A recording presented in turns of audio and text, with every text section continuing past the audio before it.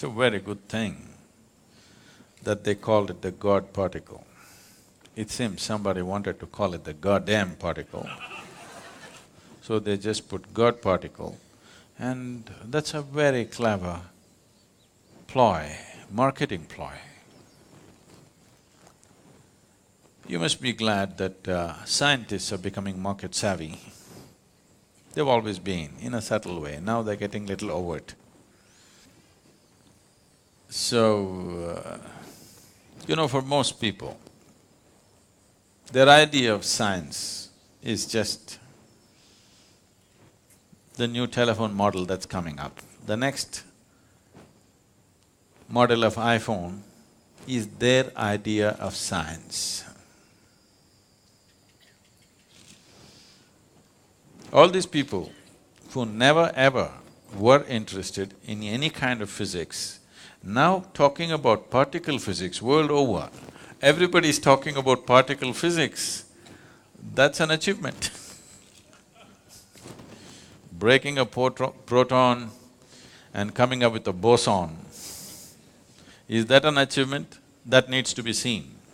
But it's definitely an achievement that suddenly the whole world, at least the educated part of the world, is thinking particle physics. That's an achievement.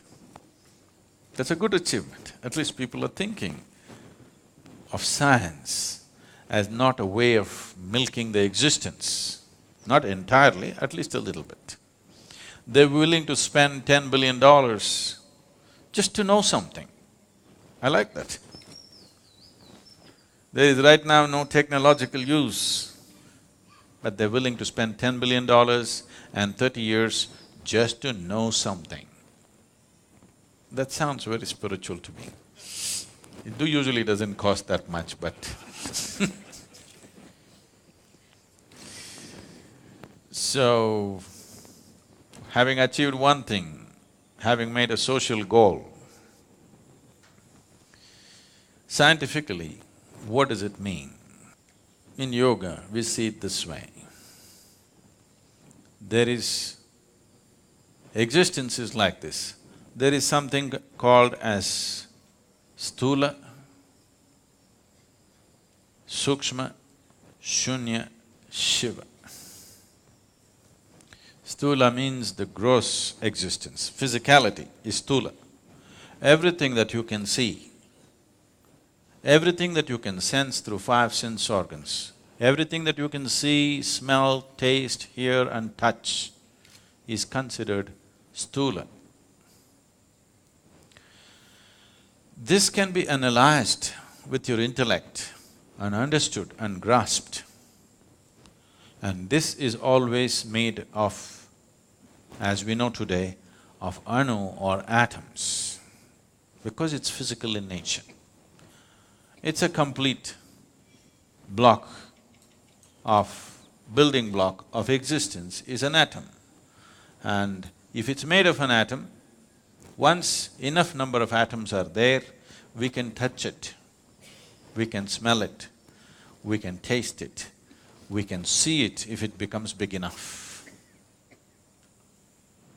Initially in a microscope, after that with our bare eyes, we could see it. But if it goes beyond the perception of the five senses, but still it is physical in nature, we call it sukshma. So when you enter into sukshma, it is still physical, but you're not able to grasp it. Do what you want, you cannot grasp it through five senses, nor can you analyze it through your intellect. That dimension, if you approach it, we call it Vishesha Jnana or Vishesha Jnana. That means an extraordinary knowledge. Gyan or Jnana means knowledge, Vishesha Jnana is extraordinary or significant knowledge. So Vishesha Jnana is referred to as Vigyan.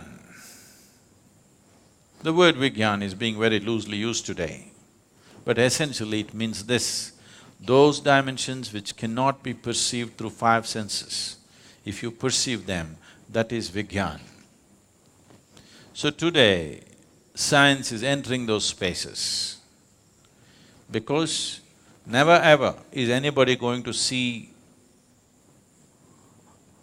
a Higgs boson. They're only going to see its footprint. Even now they only saw the footprint, they did not see a Higgs boson. But because they see the footprint, they believe he is there.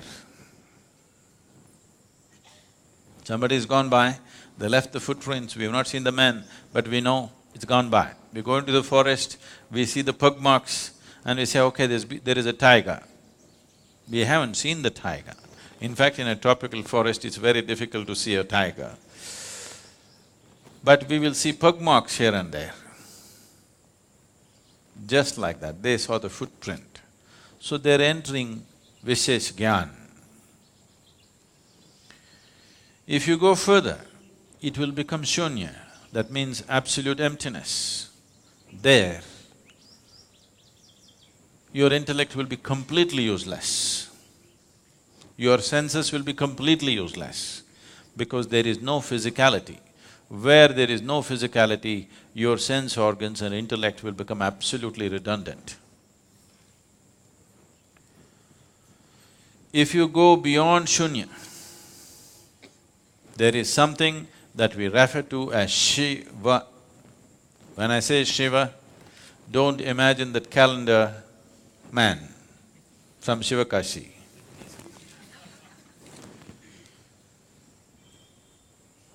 Shiva means that which is not.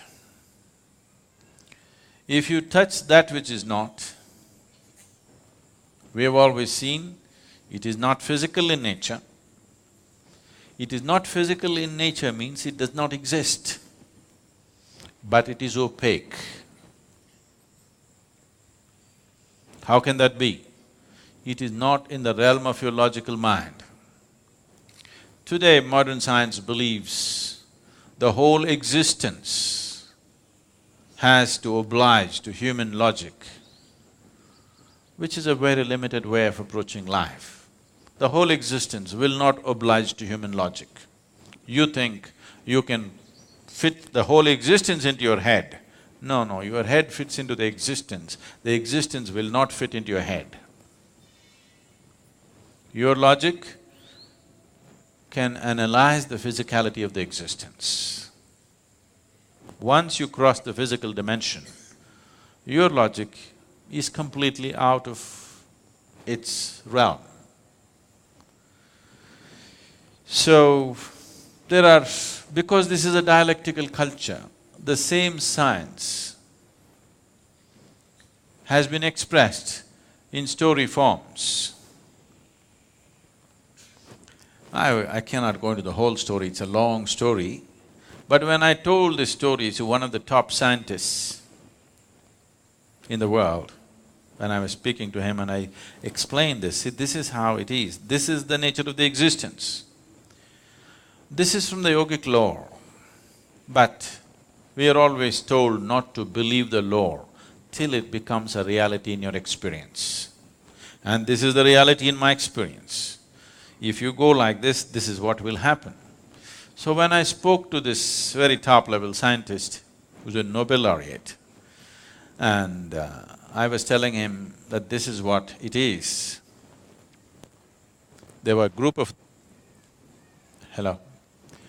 There was a group of them, and when I explained, this is how it is within me, what do you think?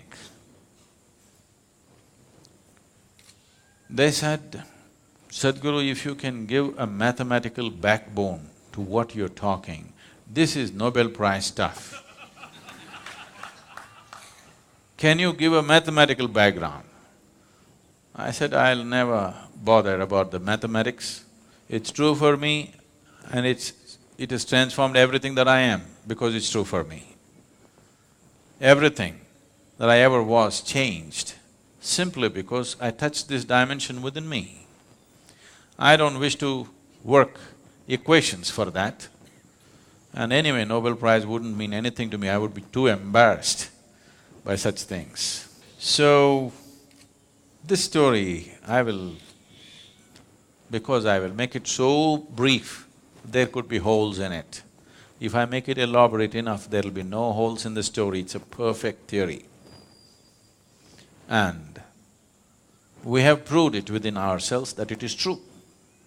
But you want to build a $10 billion instrument under the ground to prove the same thing, it's up to you.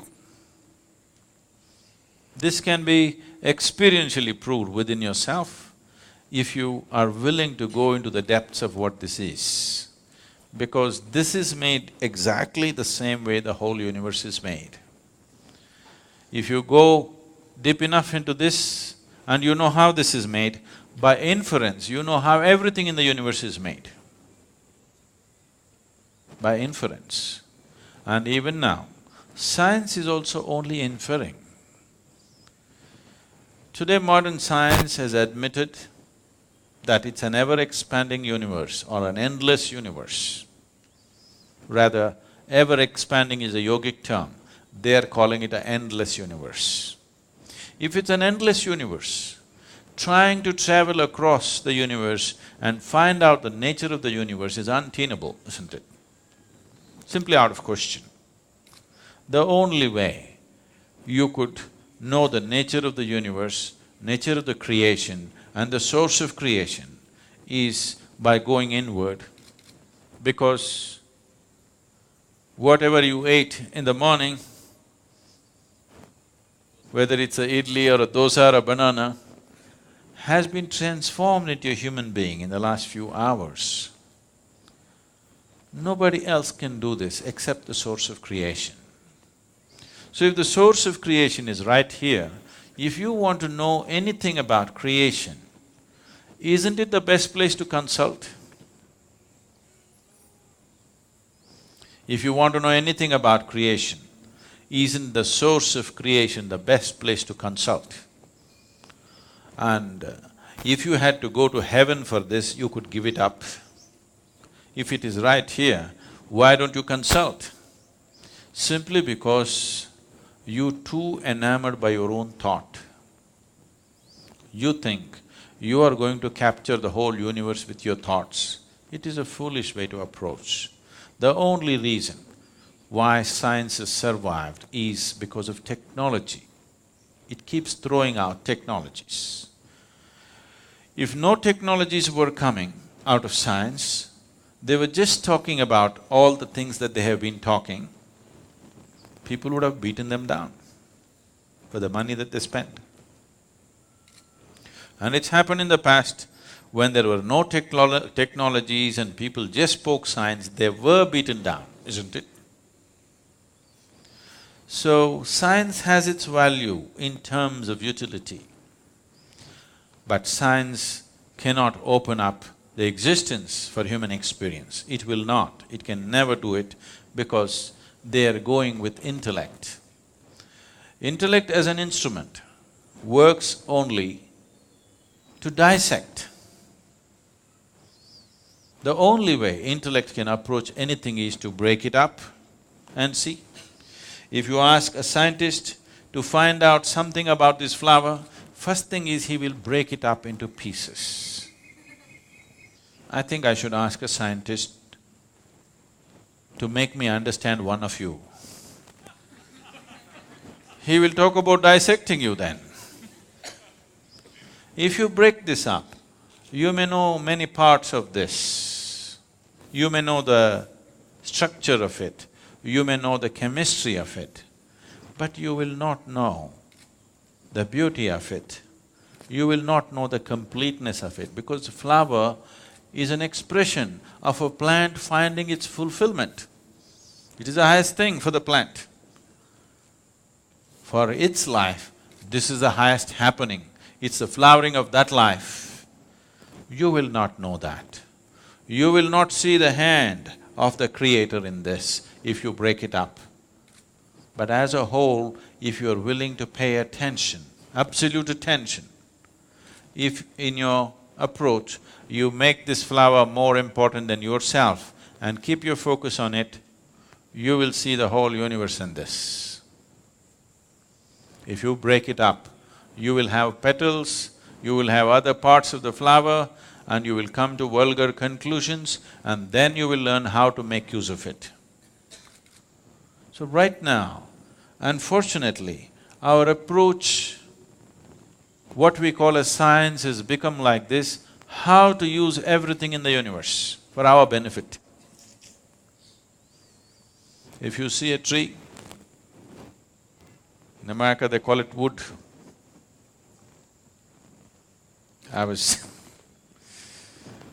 This happened when when I was in college. This happened about 4 years ago when I was in Mysore. For the first time, I conducted a program after many, many years. And all kinds of people turned up. My teachers from school and college turned up. They wanted to see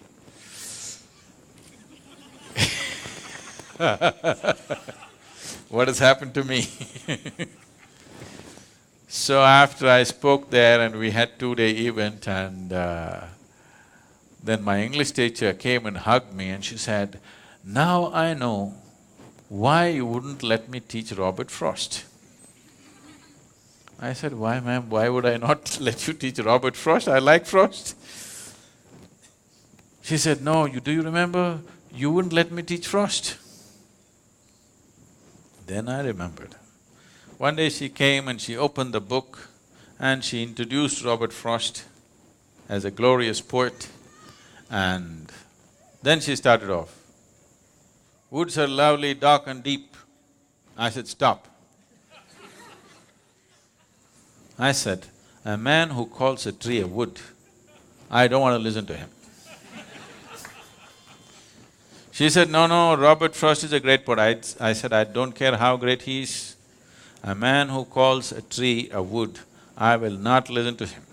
I didn't let her teach. I didn't let her teach Frost. So after many years, she comes up to me and she says, "Now I know why you wouldn't let." So, if a tiger comes here now, from the mountains I mean, if you come from Sri Lanka, that's different. If a tiger comes down from the mountain, looks at you, he will think, "Wow, dinner." So you look at a tree and you think, "Wood." It's all right for a tiger to do that, because that's all he knows. But it's not all right for you to do that, isn't it? But right now, that is all science has become. Anything we see, how to make use of it. Anything we see, how to make use of it. Even an invisible atom, we won't leave. Even the goddamn boson. Already people are talking about in how many ways it could be used. We could make a boson bomb. Do you understand? If we make a boson bomb, all of you will just vanish. We don't even have to deal with your dead bodies. Yes, because you'll cease to exist, just like the boson.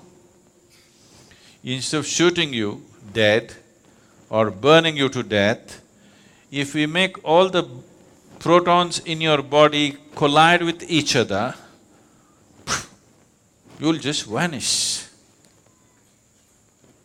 You want the technology?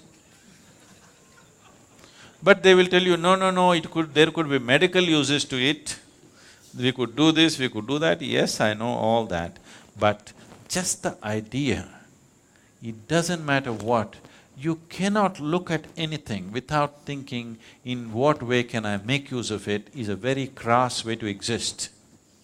With this level of existence, you will have everything and you will have nothing. This is modern life. People have everything like never before, and they got nothing in their lives. Nothing that you can call of any worth.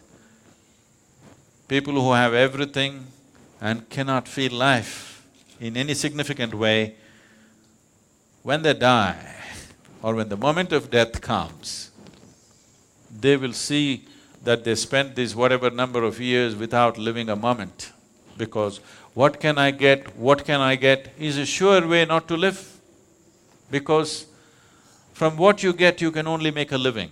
It's only by what you give that you make a life. So giving does not mean money or something else or something else. It is just that this moment, if you look at this tree how totally you can give yourself to this tree, that is how intensely you know life. If you sit here and calculate, what can I get out of this tree, you will completely miss life. Completely. Life will evade you. So, this kind of science which denies you life should be restricted, if you ask me. I know I'm going to be hugely unpopular because somebody is going to Twitter and say, Sadhguru says science should be curtailed. It's all right. I'm telling you, a science which is driven just by what can I get out of it needs to be controlled a bit. Otherwise, human beings will have everything and they'll have nothing. When that is your experience, then you will destroy everything. Today, the planet is not being destroyed because of something else. It is just unbridled use of technology, isn't it? It could have been used for our well-being, but it's working against us because we have not worked the other dimensions of life. We're just going with this, what can I get, what can I get? If you go with this, there'll be no planet left after some time. But even if the planet is left, suppose we rope in another 10 planets, still it will not be enough. We will still have nothing, we'll have everything. This is my experience. Science should have been just a quest to know, not to exploit the creation. It is just a longing to know. Human longing to know wants to find expression in every possible way. Physical sciences is one of the ways, perfectly fine. But once it starts serving the masters who sponsor it, then if businesses sponsor it, they're looking for profit from it. If nations sponsor it, they're looking how to make more powerful weapons out of it all the time. You must understand this, the cutting-edge science always first becomes cutting-edge military technology, only after that it comes down to other uses. How many lives has it taken? How many more do we want to take? That's a question.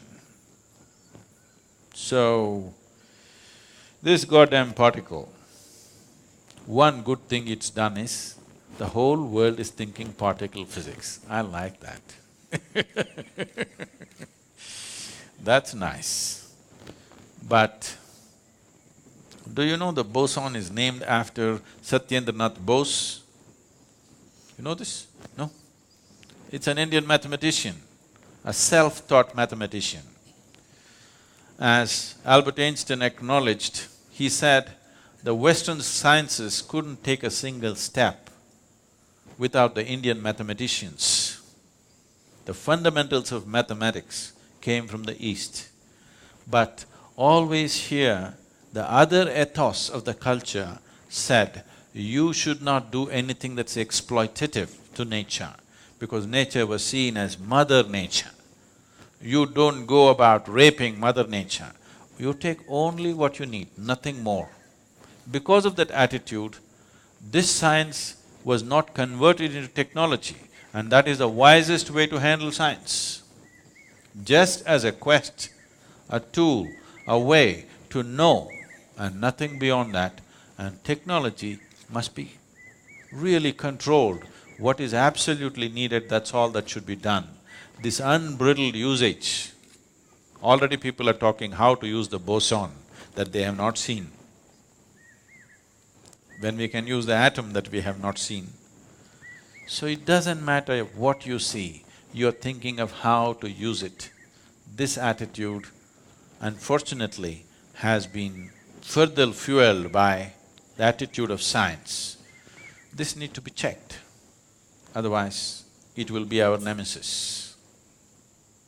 It will for sure be a goddamn everything.